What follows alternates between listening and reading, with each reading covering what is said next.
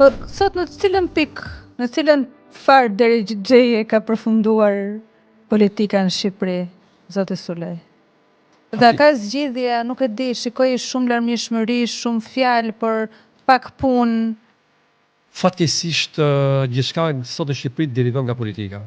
Që do thotë, në sa kohë politika është në këtë lloj situate jo normale,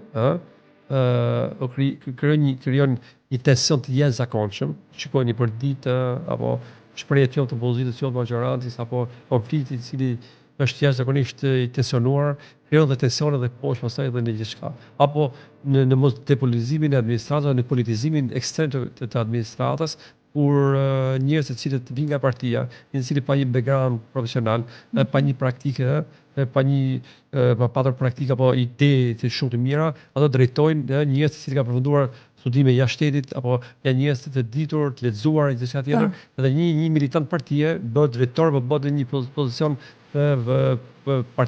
pozicion në administratë shumë të lartë për shkak të politikës, kjo nuk është normale. Dhe kjo pastaj sjell edhe problematike të cilën nuk funksionojnë të gjitha hallkat e shtetit, do të funksionojnë.